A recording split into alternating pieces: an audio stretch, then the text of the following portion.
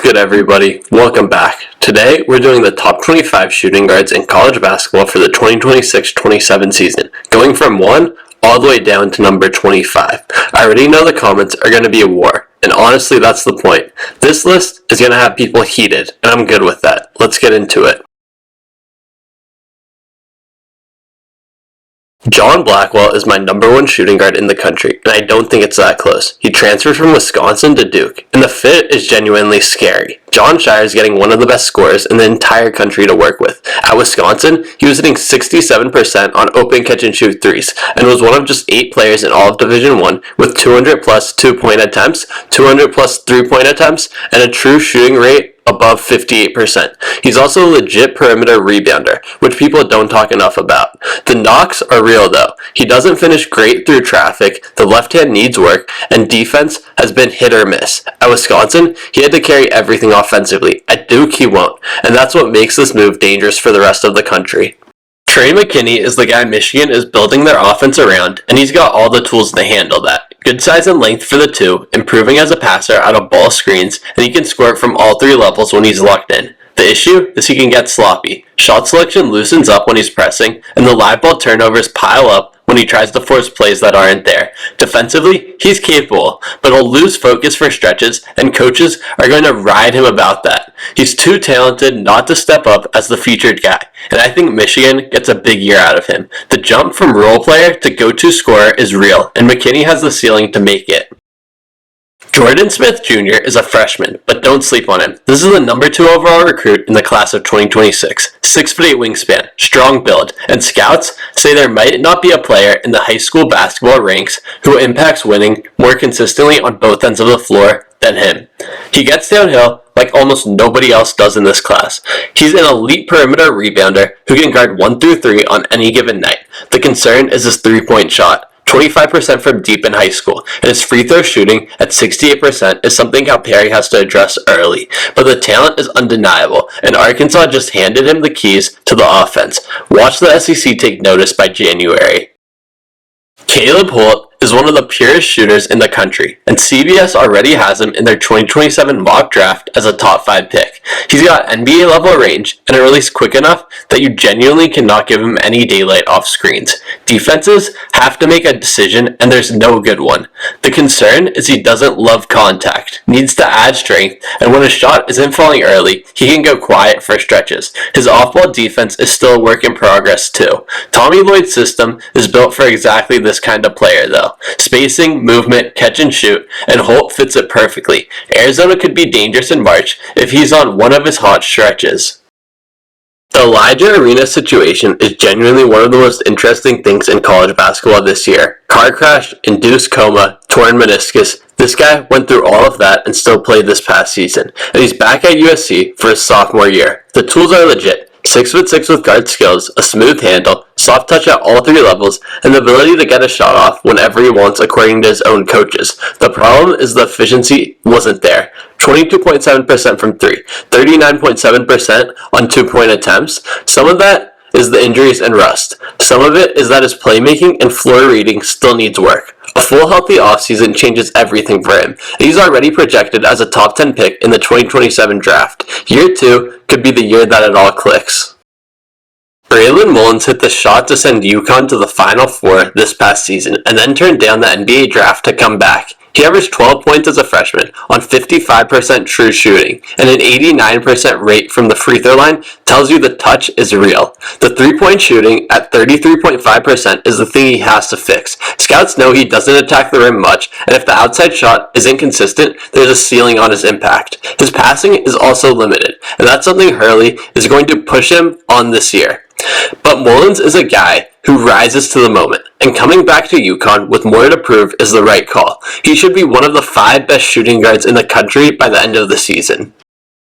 Pryce Sandfort is the kind of player casual fans sleep on and coaches love. Good size, smart off-ball mover, can really shoot it from deep, and he attacks closeouts hard without backing down from contact. The athleticism is what it is. He's not blowing by defenders off the dribble, and his self-creation is limited. On-ball defense is also a question mark when he has to guard quicker guards. Nebraska needs a winning, high-decision player on the wing, and Sandfort is exactly that every single night. If he gets hot from three in conference play, he's going to make some noise in the Big Ten. Stefan Vaaks transferred to Illinois, and Brad Underwood can develop him. He's got size and a physical frame that makes him a real matchup problem once you watch the tape. Tougher downhill than people give him credit for, and he doesn't back down from anybody defensively. The issues are real though. His lateral quickness limits him on the perimeter, and he's not a shot creator off the dribble. Turnovers show up when defenses take away his first option and force him to make plays. Illinois gives him structure and a system to work within, which is exactly what a player like Vaaks needs to take the next step. This is a make or break year for him as a prospect. He could go from lottery potential to late second round. McCoy Jr. is one of the most explosive transition players in this entire group. Strong frame, finishes above the rim in the open floor, and he rebounds better than most guards his size, which opens up a lot of second chance opportunities. In the half court is where things get complicated. He's not a creator off the dribble, and when defenses slow things down, the turnovers start showing up. The outside shot is still developing, and teams know it. Michigan plays at a pace that keeps him in his comfort zone though, and in the right environment, he's a handful. If he can add even one reliable pull-up to his game this year, the ceiling jumps significantly. Jeremiah Wilkinson transferred to Arkansas, and this is a really interesting fit under John Calipari. He's a physical downhill guard who finishes through contact and is willing to guard the other team's best wings most nights. That kind of toughness is exactly what Calipari wants. The jumper is inconsistent, and when defenses take away the drive, he can force some shots he shouldn't be taking. His playmaking for others also isn't a strength, but Arkansas lost some perimeter toughness this offseason, and Wilkinson adds it back immediately. He and Smith together give that backcourt a physical identity that's going to be a problem in the SEC. Matt Abel at North Carolina is a fit worth tracking. He's an explosive above-the-rim finisher and one of the most active rebounders in this group for a wing, which is exactly what Mike Malone loves in a perimeter player. His shooting range is limited, and the ball handling still has room to grow. He can get foul-prone closing out on shooters too, but he competes every single possession, and that effort level never changes. In Mike Malone's system, where defense and toughness matter, Abel fits right in. North Carolina, getting consistent production from him would go a long way towards having a real season. Denzel Aberdeen is experienced, physical, and has been in big games. That alone has value on a Florida roster trying to win a national title. He's a downhill driver who gets to his spots and holds up against physical backcourts. The shot hasn't always been reliable. He's not the guy you want creating offense for others late in games. But Todd Golden needs a veteran presence in the backcourt with real toughness, and Aberdeen gives him that every single night he suits up. Experience matters in the SEC, and Florida is banking on exactly that. Dink Pate is a 3-level scorer with real creation upside and good size for a shooting guard. He can be a real problem for opposing defenses when he's aggressive and letting the game come to him instead of forcing things. Decision making under pressure is the area that has to improve the most. When defenses load up, his shot selection gets questionable and the turnovers follow. Defensive consistency is also a work in progress. Providence's physical identity is a good environment for him to sort those things out. If his shot making takes a step, he climbs a lot of these lists.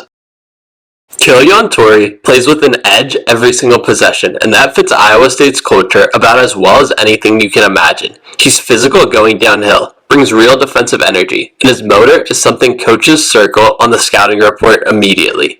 The shooting has to get more reliable from outside. Teams are starting to give him space, and he has to make them pay. Decision making can get scattered under defensive pressure too, but TJ Otzelberger has built his whole program around guards who play exactly like this. Toure is going to be a matchup nightmare to deal with in February when games start mattering. Ian Jackson went from North Carolina to St. John's, and Rick Pitino's system fits his game well. He's physically ready for high major basketball, attacks downhill with real force, and can guard multiple positions. That two-way capability is what got scouts excited about him in the first place. The jumper is the thing everyone is waiting on. It hasn't been consistent enough to keep defenses honest. He can also get turnover prone when defenses take away his first move and make him create. Pitino has a track record of developing guards just like this though, and Jackson has the tools to take a real step. St. John's needed another physical wing, and he's exactly that. John Mobley Jr. has a strong frame and shoots the three really well. He's a physical presence on the perimeter that Ohio State needed going into this season. He's a consistent, tough defender with a motor that doesn't quit, and he can hold his own against bigger wings. The playmaking for others needs to develop, and his shot selection can get loose when he can't get to the rim. Turnovers show up when he's asked to make plays for teammates rather than just attack. But for what Ohio State needs on the wing, he's a solid fit. A breakout year here wouldn't surprise anyone who's watched the tape.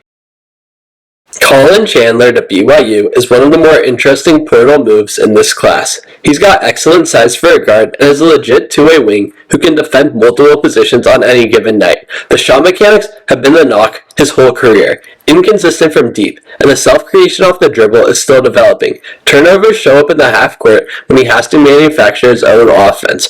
BYU gives him a featured role though, and that kind of opportunity can unlock a player with physical tools. This is a situation he needed to find out what he really is as a player. CJ Cox is a relentless, high-motor guy who attacks the rim and brings real defensive energy every single night. His effort is never in question. He plays with his frame and finishes through contact better than most at his position. The jumper comes and goes though, and his handle under pressure needs to tighten up. He gambles for steals too much on defense, and that leads to foul trouble at the worst times. Produced physicality and structure is a good home for a player with his skill set. If the jumper takes a step this year, Cox can become a real problem in the Big Ten. Tyrone Riley IV has great size and frame for the position, and the tools are legitimately there. He finishes above the rim, competes defensively, and is a real matchup problem for smaller guards. The game has to round out though. His playmaking is limited. He leans heavily on a strong hand, and the shooting isn't consistent enough yet to space the floor against good defenses. Oregon's pace gives him room to operate downhill and hide some of those limitations while the rest of his game catches up. Year 3 of development at this level could look very different. Blue Cain is a smooth, polished scorer with real mid-range footwork. He's not just a straight-line driver, and that's what makes him interesting. He competes hard on defense, and his physical frame lets him hold up on that end most nights. The three-point shooting has to improve for him to be more than just a complementary piece, and his playmaking for others is limited. Georgia needs the scoring, but they also need him to clean up the late clock decision-making. He's talented enough to do it. Getting that outside shot consistent would change the entire conversation around him. Jaylen Petty at UCLA is a player I'm keeping a close eye on this season. Solid frame, toughness going downhill, and he competes defensively in a way that Mick Cronin is going to love from day one. He's not going to make a lot of plays for others, but the jumper is going to be elite. Decision making with the ball is where he needs the most growth. But Cronin has built his culture around toughness and winning plays, and that's exactly what Petty brings every time he's on the floor. UCLA gives him a real stage, and I think he surprises some people this year. Quentin Coleman might be the most fun player on this entire list when he's in the open floor. He's quick, instinctive, and plays at a pace that makes opposing guards genuinely uncomfortable in transition. The frame is slight, and he has to get stronger to hold up against Big Ten physicality over a full season. Defensive rebounding is a real weakness, and he can disappear in half-court sets against set defenses. But Illinois plays fast enough that Coleman can live in transition and create chaos, and that environment suits him perfectly. He's the kind of player who can completely take over a game when everything clicks. Alex Wilkins transferred to Kentucky, and that's a program that can develop a player with his physical profile. Good size, attacks downhill without hesitation, and he can guard up a position when the matchup calls for it. The jumper is still a work in progress, and his playmaking off the dribble leads to turnovers against set defenses that know how to take away his first move. Kentucky needed physical guard depth in the backcourt this offseason, and Wilkins provides that immediately. In the right role, with the right spacing around him, there's a real player there.